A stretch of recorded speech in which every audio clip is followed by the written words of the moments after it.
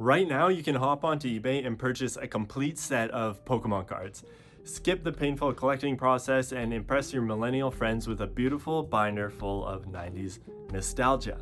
But will it break the bank?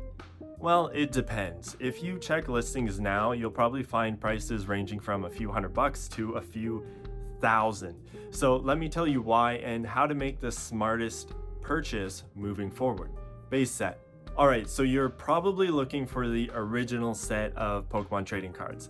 That would be base set from 1999. This set contains a total of 102 cards, not the 151 as your memory may suggest. This set includes starters Bulbasaur, Charmander, Squirtle, and Pikachu, and their evolved forms such as Charizard. There are a total of 16 holofoils, including the Machamp you most definitely had when you were a kid. Was it first edition? Oh, and I forgot to ask, are you looking for first edition cards? Because that's going to change things, specifically the price. There are actually 4 different print runs of base set from 1999, and this is what they are. First edition, this one is easy. For a card to be first edition, it has to have the first edition stamp, no exceptions. And first editions are also shadowless. That brings us to shadowless. For a card to be considered from the shadowless print run, it must be shadowless, obviously, but it cannot have the first edition stamp. Unlimited. A card with a shadow and a copyright date of 1999 is from the unlimited print run. This is by far the most common print of base set. And we have the 2000 print. These cards are identical to unlimited, but they have a copyright date of 1999 to 2000. Now, an exception to all of this is Machamp. You'll notice that it has a first edition stamp and a shadow. This card wasn't available in the booster packs since it came free with a starter deck, so they're all the same. Well, not really, but we'll save that for another video. So, first edition, shadowless, unlimited, and 2000.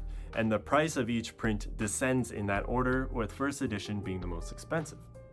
In fact, a first edition Charizard is one of the most expensive Pokemon cards ever, so be prepared to pay a premium for that baby.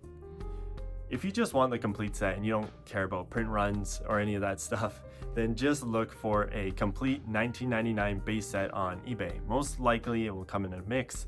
Some cards might be first edition, some won't. You get the idea. Now, when we're looking at prices, keep in mind that Charizard is going to make up the bulk of the price. So if the listing has good photos, take a look at that Zard and make sure it is worth the asking price. If not, then ask the seller for some high-res photos and compare those photos to other Charizards listed online. So where's the best place to buy a complete set? If you're going to purchase a set online, eBay is my personal favorite. It's uncommon to be scammed on eBay these days, as the company has put multiple measures in place to prevent it, such as PayPal's buyer protection. However, fakes still slip through. So with these 2 tips, you should be able to avoid 99% of the fakes on the market. Tip number 1, we actually touched on this earlier, but a first edition card cannot have a shadow unless it is Machamp or if it's a non-English language. Tip number 2, this is what the holo pattern should look like for cards in the English base set. Anything other than this is fake. But if you have the option to buy a set in person, this is the way. First of all, you'll avoid shipping costs. A package of 102 cards is heavy, especially if they're in a binder, as they should be. But more importantly, you get to see the cards in person. This gives you the chance to make a more informed decision and again inspect that Charizard. Also, consider other sets. If the complete base set is out of your price range, and I don't blame you, then consider purchasing a different set. The Japanese base set is actually a really good option, as it's sometimes cheaper than the English base set, and you don't have to worry about all that first edition shadowless nonsense. But also look into Jungle and Fossil, as they're both 1999 vintage sets that often sell for a lot less than base set, but they still offer quite a bit of 90s nostalgia. And one more thing, if you think I deserved it, please hit that like button. If you like content like this, I have a Pokemon Cards 101 playlist, so you can learn all about cool stuff like this. And if you're still watching, thank you so much, and you will see me in the next video.